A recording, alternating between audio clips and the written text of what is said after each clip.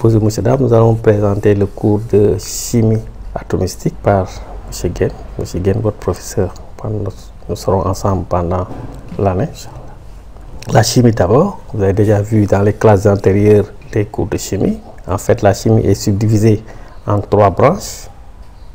Il y a la chimie organique que vous allez voir en L2 et en 3, deuxième année, troisième année. La chimie inorganique, vous allez l'appeler anciennement minérale, L2, L3, et la chimie physique que vous verrez en L1 à L3. Donc, vous voyez qu'en 3 ans, vous avez 2 ans de chimie organique, 2 ans de chimie physique et 2 ans de chimie inorganique. La chimie physique qui nous concerne est divisée aussi en branches. Vous avez la thermodynamique chimique, la chimie des solutions qui est vraiment large, les concentrations molaires, les pH, oxydoréduction, et l'atomistique qui est le cours que j'aurai à vous présenter pendant cette année, l'atomistique. L'atomistique, comme son nom l'indique, c'est la chimie de l'atome. Elle étudie principalement la structure de l'atome, la constitution interne de l'atome. On sait aussi que l'atome est constitué de particules, surtout des particules qu'on appelle des électrons. On va aussi étudier, l'atomistique permet de donner la description de la répartition des électrons. Et bien sûr, les conséquences de cette répartition sont aussi étudiées par l'atomistique. Et bien sûr, les échanges d'énergie qui se passent à l'intérieur des atomes et qui constituent une des propriétés intéressantes de l'atome. Mais avant d'entrer dans le cours, nous avons présenté le système LMD. D'accord, en première année, on l'appelle licence 1, physique, chimie, sciences de la matière. En première année, donc, vous avez 6 unités d'enseignement. Donc, au lycée, vous aviez des matières, maths, physique, chimie, anglais, géographie. Ici, vous avez des unités d'enseignement. Une unité d'enseignement est au moins composée de 2 matières qu'on appelle éléments constitutifs. Chaque unité d'enseignement est constituée d'éléments constitutifs. Il y en a au moins 2. En chimie physique, on a la première unité d'enseignement. Voilà ici, unité d'enseignement physique, chimie, sciences de la matière, première année, premier semestre, première unité d'enseignement.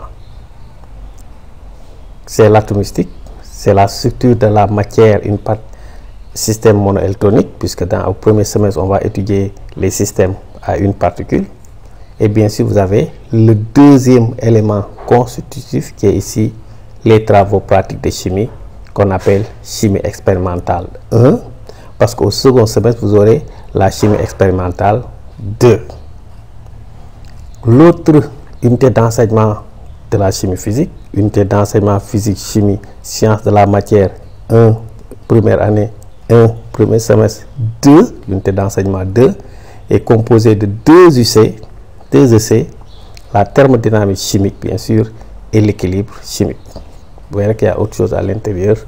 Ici, la chimie physique, l'unité d'enseignement 1, comprend 6 crédits et crédité de 6. Donc, correspond à sa valeur est 6 crédits. 4 crédits pour le système, pour le cours théorique et 2 crédits pour le cours pratique. Et bien sûr, les 4 crédits ici constituent aussi le coefficient de cette matière dans l'unité d'enseignement. Ici, vous avez 2 crédits, coefficient 2, ça fait 4 crédits.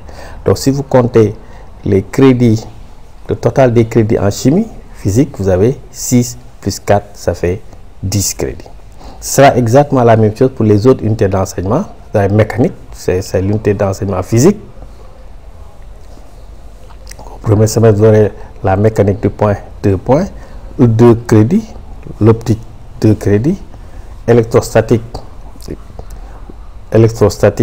en électricité, 4 crédits, et bien sûr, vous avez ici travaux pratiques de physique, la physique expérimentale, 2 crédits. Donc, vous comptez bien, ça fait 4 crédits en mécanique, optique, et 6 crédits en électricité, ça fait 10 crédits. En maths, c'est la même chose, vous avez analyse et algèbre. En analyse, vous avez 2 unités d'enseignement. Bon, je ne vais pas aller plus loin, vos profs d'analyse et d'algèbre, vous parlons de ces matières, ces unités d'enseignement et de ces éléments constitutifs. Introduction au nombraire et suite numérique, 2,5 crédits. Étude locale des fonctions d'une variable réelle, 2,5 crédits. En algèbre, même chose. Logique et théorie des ensembles, 2,5 crédits. Introduction aux structures algébriques, 2,5 crédits. Voilà, ça fait 5 crédits. Donc analyse, algèbre, donc mathématiques, vous avez 10 crédits. Donc vous avez 10 crédits en chimie, 10 crédits en physique et 10 crédits en mathématiques. Donc voilà, c'est exactement au même niveau. Toutes les matières sont fondamentales et d'égale importance. Chaque unité d'enseignement sans TP, c'est 4 ou 5 crédits. Indivisible. Ça veut dire que je ne peux pas avoir la moitié des crédits, un tiers des crédits. J'ai soit la totalité des crédits ou 0 crédit. Chaque unité d'enseignement avec TP vaut 6 crédits, 4 crédits pour la partie écrite et 2 crédits pour la partie expérimentale. 6 crédits indivisibles. Donc je dois avoir soit 6 crédits, soit 0 crédit. Quand est-ce qu'on peut avoir 6 crédits? Chaque fois qu'on a une note à l'examen supérieure ou égale à 10, vous avez la totalité des crédits. Totalité des crédits. Si une unité d'enseignement vaut 4 crédits, si j'ai 10, j'ai 4 crédits. Si une unité d'enseignement vaut 6 crédits, si j'ai 10, j'ai 6, si j'ai 20, j'ai 6 crédits. Si j'ai 9,999, j'ai 0 crédit. Donc, on a soit la totalité des crédits, soit 0 crédit. Donc, pour avoir la totale des crédits, il faut avoir une note supérieure ou égale à 10. Donc, au premier semestre, j'ai fait mes 6 unités d'enseignement, j'ai fait mon examen. Comment faire pour valider le semestre?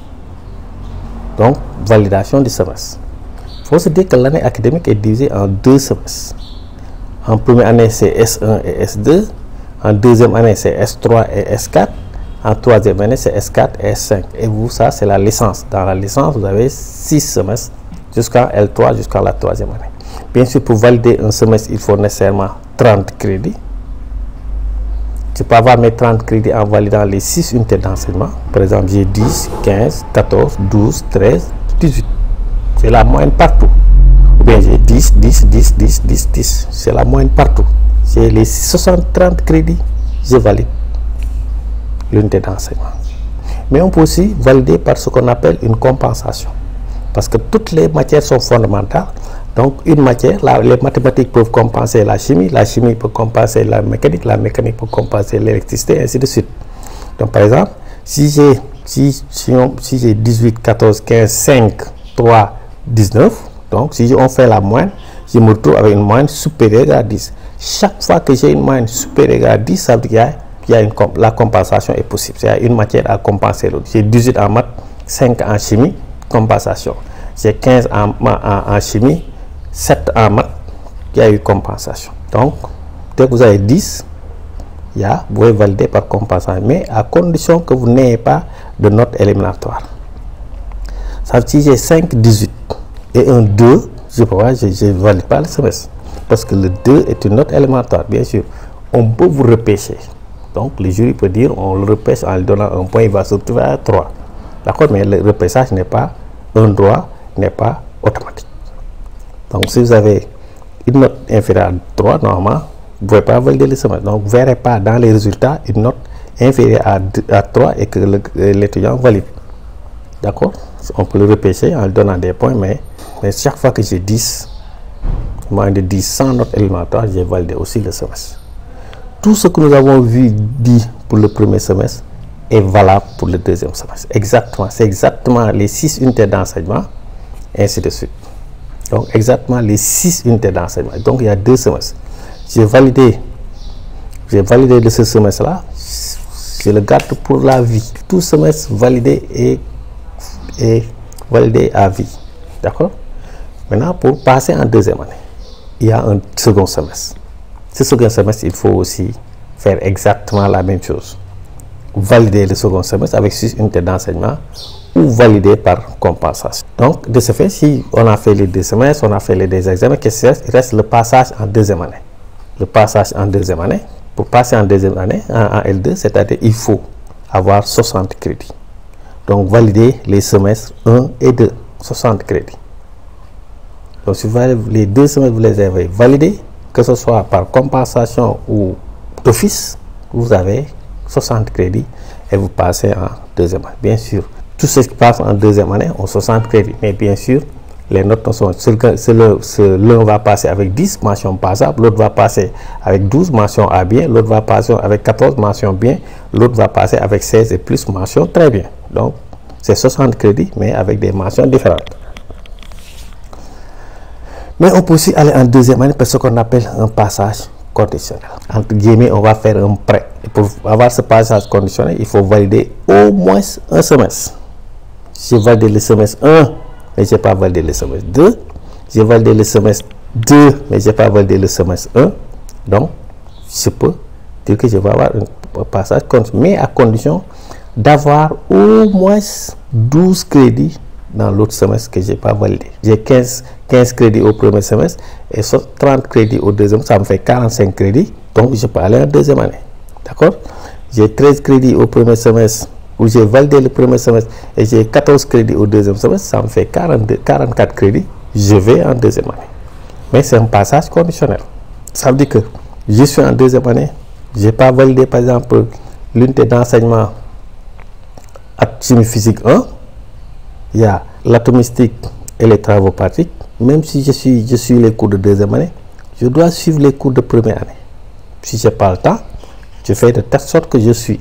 L'essentiel, à la fin de l'examen, vous allez revenir faire l'examen du premier semestre, de la matière, de là ou des matières que vous n'avez pas validées. Et dites-vous bien que même si vous validez la deuxième année, vous n'irez jamais en troisième année si vous n'avez pas validé les crédits de la première année. Ça, c'est une chose. La deuxième chose, même si vous validez la deuxième année, vous avez 60 crédits en deuxième année. Il vous manque 5 crédits en première année. Si on renvoie de l'université, vous sortez avec le bac. Les crédits de la deuxième année ne comptent que si vous avez validé tous les crédits de la première année. Et je rappelle que une unité d'enseignement validée est acquise à vie. Bien sûr, il y a deux sessions d'examen. Première session en mars pour le premier semestre et en juillet pour le deuxième semestre. Session, on appelle les sessions normales. Si vous avez les 60 crédits, c'est bon. Vous êtes en vacances, vous revenez l'année prochaine en deuxième année. Si vous validez S1, le semestre 1, et vous n'avez pas validé le semestre 2, vous allez venir en octobre faire les sessions de remplacement. Si vous avez validé S2, vous n'avez pas validé S1, vous allez revenir en octobre pour les sessions de remplacement. Dans un semestre, je peux valider l'unité d'enseignement 1, 2, 3. Il me manque les unités d'enseignement 4, 5, 6. Donc, je reprends que les unités d'enseignement 4, 5, 6. Même chose, si j'ai validé 5 unités d'enseignement, il me reste une unité d'enseignement en juillet, en S2. En octobre, je fais que la 6e unité d'enseignement qui me manque. Dans la même année, je dis, dans la même année, je peux avoir l'unité d'enseignement chimie physique 1 qui est constitué de 2 éléments constitutifs, atomistique et TP. J'ai 12 en atomistique, j'ai 5 en TP.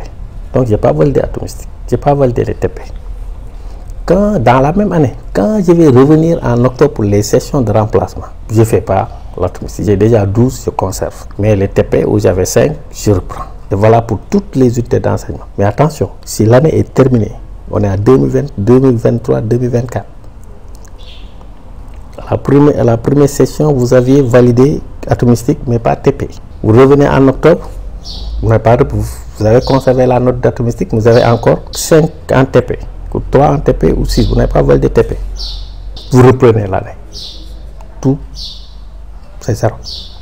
On conserve une unité d'enseignement, pas un élément constitutif. On conserve une unité d'enseignement, mais pas un élément constitutif.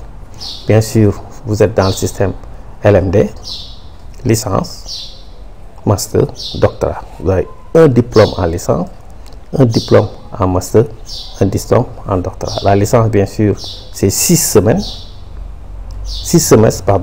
diplôme de niveau Bac plus 3, ça peut être fondamental ou professionnel. D'habitude, la professionnelle, ça arrive à partir de la 3e année. Vous avez fait les 2 ans et il y a des concours pour faire la classe professionnelle. Je pense qu'il y en avait en informatique, il y en a à l'ESP. À partir de la 2e année, vous pouvez faire le concours pour aller à l'ESP. faire le diplôme d'ingénieur. Comme ici, à la fac aussi, il y a des diplômes professionnels, mais tous ceux qui sont ici, c'est pour le moment, c'est des trucs payants. Il y a le master, donc plus 5, 2 ans après la licence, et le doctorat, bien sûr, bac plus 8, 3 ans après la maîtrise. Toutes les informations dont je vous vais parler sont disponibles ici, bien sûr, sur www.cncampus.com, le système LMD. Merci de votre attention. Si vous avez des questions, vous pouvez les poser directement dans le site. Je vais mettre ça se trouve, dans le site, vous pouvez poser des questions. Dans le site, je ne manquerai pas d'y répondre. Merci et à la prochaine.